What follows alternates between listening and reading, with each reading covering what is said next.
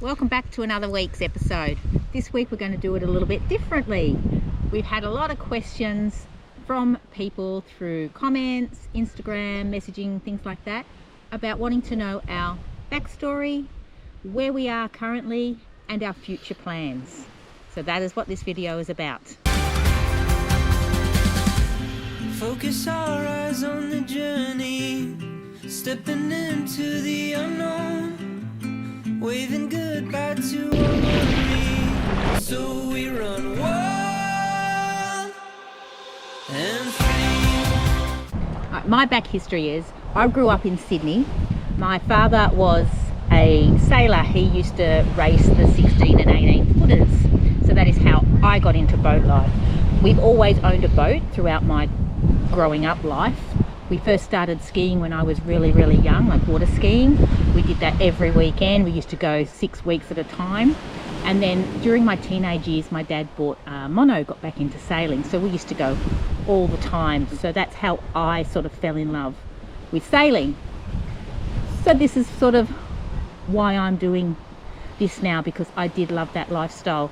But my dad has since passed, and I wish I'd learnt more from him. You know, as a child, you sort of don't pay much attention, you just go with the flow. But you know, that's one regret I have, is not learning enough off my father. So my back history was when I finished my apprenticeship, I moved in carpentry. I moved to Sydney. That's where I met Leanne, and we started from there. And I was in the building game. So then we moved to the Gold Coast, and that's where we just, you know, being on the water all the time. Again, I was sailing as a kid. My dad had a sailboat, so that's how I sort of got into, sort of early in the piece, into sailing, and then sort of went to water skiing. We've had ski boats, fishing boats. We've always had boats. And then this is our first sailing boat that we've actually bought. We met back, I left school in 85 and we met probably in 87. I used to work in town, and that is how we met, through a friend of Gary's.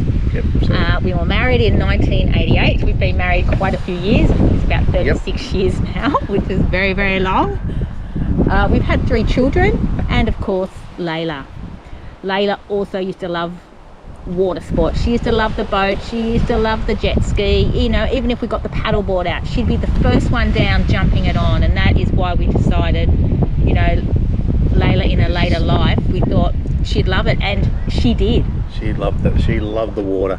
Couldn't get out. It was just whenever, even the, you know, the last few weeks, you know, she was struggling a little bit, but she just loved getting out in the boat. We'd put in the tender, and she was just so happy to get ashore and just be out on the boat, even just be out on the water. You know? So anyway, so that's that. So what are our current plans? Like, what are we doing now? We are currently sitting on this beautiful island, Scorefield. It is off Mackay.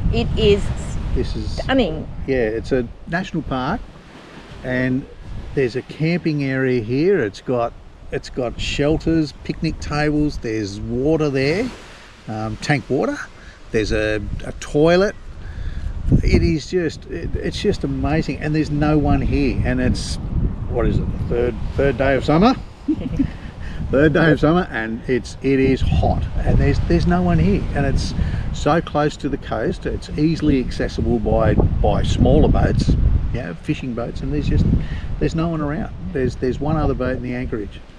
So where are we heading? We're actually heading south, because it's not time for us to travel just yet. So we're actually heading south. We're going to sit sort of off Gladstone, around the islands there, and sort of around the Keppel Islands, Christmas and New Year, around the Keppel Islands. Then we'll be heading sort of to Lady Musgrave. We want to do Lady Musgrave before we leave. Yeah. And maybe back into Colosseum to get some more mud crabs. see how we go. We cleaned up there, so we know they're there. forgotten. You've threw me off what I was going to say.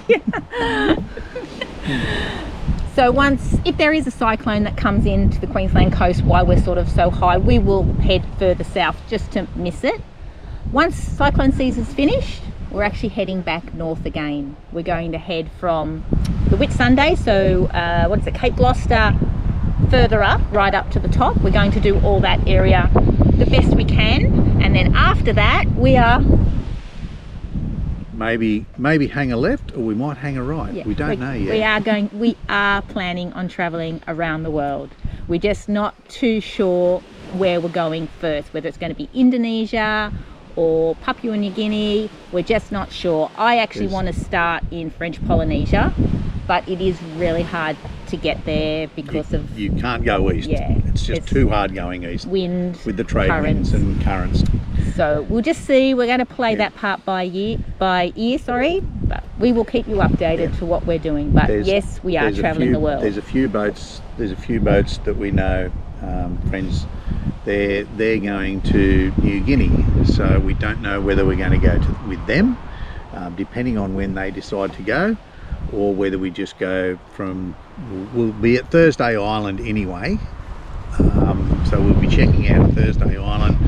So if we don't go with them, we'll probably go down in the Gulf and do some fishing down in the Gulf, and then up to Indonesia, the west side of West Papua and across the top of Indonesia, and we'll see where we go from there. Yeah, so that's sort of our plan. That's our plan. Yep. So it's going to be a big plan. So it'll be as the kids used to say, doing a fat lap. Now, how we came to making this decision to where we are, how we got on the boat.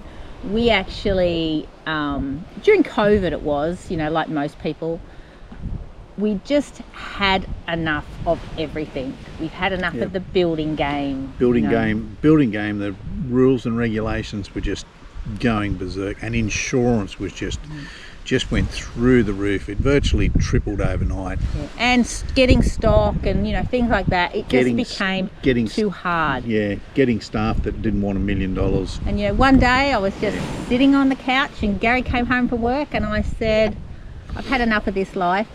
Let's buy a boat and let's sail the world. And he agreed, so here we are. So we actually sold everything we owned to afford the boat. So that is how we came to where we are. We did live on the Gold Coast on the boat for 2 years and just got used to the boat, know the boat before we prep it, ready to be full off-grid, because everyone says, oh, your boat there, it's off-grid, but yes, it's not. No. Yeah. They don't come from the factory, built for off-grid, offshore. So that is. So we've upgraded, as you saw in our, if you haven't seen it, our first video was the upgrades that we did. Yeah, the walkthrough. And that was ready. That was prepping the boat ready to do this adventure. Yeah, so we've been living on it full time. And getting to know the boat. And we are not retired. We still do work. We actually started a company, Kick and Back Floats, as most of you probably know already. So that is our income to sort of keeping us floating. When we looked at doing it, there was no one here in Australia doing it. There was only a company in America, and it was so expensive to get a float here. The postage was a killer. So that is when we started to look around, and we actually imported them ourselves. So that is what's supporting us currently. And those of you who are into boats, you probably know the big float maps, the floating mats, the lily pads, the lily pad, croc pads, those type of brands, and they just take up too much room, and you can't put them on a sailing boat. They just I mean, you can put them on there, but they just take up too much room. So and space is prime. Yep, that's it. That's it. Every square inch of the boat is used. So that's why we sort of looked at the water hammocks, and like Leanne said, we were the sort of first ones that we know of to bring them in, and that's what we're pushing. That's keeping us afloat as we travel. I think we've hopefully answered all your questions. There was one burning question. There was a burning question about my swimwear. How much swimwear do you own? Was the question. Oh, well, I own a lot of swimwear. I know most women like handbags and shoes. I love swimwear. I do have a lot of swimwear. I don't even have them all on the boat. I'd say I have about 21 pieces, and I don't know how many 2 pieces. I have a lot. So thank you for your question. Yeah, So a lot is an understatement too. anyway, I think that's everything. So we just wanted to jump on here and just give you a quick update on us personally. I think that's everything answered. If you've got any questions or places that you want to see that's along the way that we might not know of or we might miss, let us know, and we can bring you along and show you. We're happy to detour. Because there's some of the places that you just sort of think, oh well, they're out of the road a bit, and you pull in like this place. It's just this place is the perfect example. Yeah, it's just so close, and yet there's no one here. Everyone goes, like, it's so close to Keswick and St Bees, you can actually see them. It's not that far, but no one goes out to here. There's only the one anchorage on the north side, so it is subject to southerlies, which is blowing now, southeasters. But yeah, perfect example. No one goes here, no one shows you around, and some of the places that we've actually seen on this island is incredible, which you'll see next week in another video. It's amazing. I've really fallen in love with this island. So we will leave that video here. Like Gary said, if you have any comments, leave them below and we will answer them further. So we will see you next week. Don't forget to like, subscribe, and check us out on Patreon. Yes, we'd love your support. Just every little bit helps with camera gear, computer gear, because Salt loves them. So yes, and drones. Yes. Drones are getting expensive. So we've just had to buy a new drone, so we won't go into that, but yeah. So we'll see you next week. Bye. Bye.